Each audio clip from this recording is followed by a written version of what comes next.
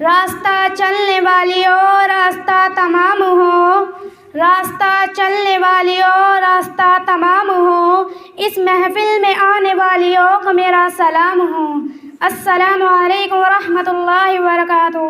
محترم سامعین کرام اور یہاں پر تشریف فرمایا اساتذہ کرام اور اپنا قیمتی وقت نکال کر آئی ہوئی میری مائیں اور بہنیں، اور خاص طور پر میں شکر گزار ہوں اپنے مشفق و محسن استاد محترم حضرت مولانا مفتی مزمل صاحب کی، جنہوں نے مجھے اس قابل بنایا کہ آج میں آپ حاضرین کے سامنے لفظ شاعری کی جزارت کر رہی ہوں۔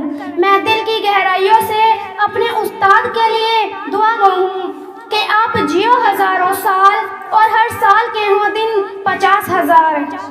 محترم سامعین کرام، اللہ رب العزت نے ہر انسان کے لیے دو مکان تیار کیے ہیں، ایک جنت میں دوسرا جہنم میں۔ اگر انسان نیک عمل کرے گا تو اللہ تعالیٰ اس کو جنت کا مکان عطا کریں گے۔ اگر دنیا میں ایمان سے محروم رہا، یعنی ایمان تو لے کر آیا مگر غفلت کی وجہ سے گناہوں میں بڑھتا گیا، تو اللہ رب العزت اس کو جہنم کا مکان عطا کریں گے۔ جہنم وہ جگہ ہے جس کو اللہ تعالیٰ نے نافرمانوں اور مجرموں کے لیے بنایا ہے، اور جنت وہ جگہ ہے جس کو اللہ تعالیٰ نے اپنے پیاروں کے لیے انعام کے طور پر بنایا ہے۔ اب یہ ہماری زندگی کی ترتیب ہے کہ ہم جنت کے راستے پر جا رہے ہیں یا جہنم کے راستے پر۔ عزیز سامعین، ایک بزرگ اپنے دوست سے فرماتے ہیں کہ اے دوست، تیرا ہر اٹھنے والا قدم تجھ کو جنت کی طرف لے جا رہا ہے یا جہنم کی طرف؟ اگر اللہ کے حکموں کے لیے اٹھ رہا ہے تو جنت کی طرف، اور اگر گناہوں کے لیے اٹھ رہا ہے تو جہنم کی طرف۔ عزیز سامعین، جہنم کیا ہے؟ نبی کریم صلی اللہ علیہ وسلم نے کہا، آؤ میں تمہیں بتلاتا ہوں، جہنم وہ جگہ ہے۔ ایک مرتبہ آواز آئی، صحابہ نے پوچھا، اے اللہ کے نبی، یہ کیسی آواز ہے کہ کوئی آواز آئی ہے؟ اتنے میں حضرت جبرائیل نے آ کر کہا، اے اللہ کے نبی، آج سے 70 سال پہلے جہنم کے کنارے ایک پتھر گرا تھا جو آج 70 سال کے بعد اس کی تہ میں جا کر گرا ہے۔ اتنی گہرائی ہے جہنم کی۔ عزیز سامعین، اللہ رب العزت فرماتے ہیں 7 دروازے ہیں اور ہر دروازے پر 7 گرہ ہیں جس میں سے اس کو دھکیلا جائے گا۔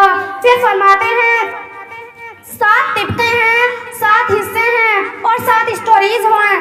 پہلی کو جہنم کہتے ہیں جس میں گناہگار مومن ہوں گے، دوسری کو لوا کہتے ہیں جس میں یہودی ہوں گے، تیسری میں نصرانی ہوں گے، چوتھی میں صحابی ہوں گے، 5ویں کو سقر کہتے ہیں جس میں مجرمین ہوں گے، چھٹی کا نام نجس ہے، چھٹی کو زہیم کہتے ہیں جس میں نجس ہوں گے، 7ویں کا نام حاویہ ہے جس میں منافقین ہوں گے۔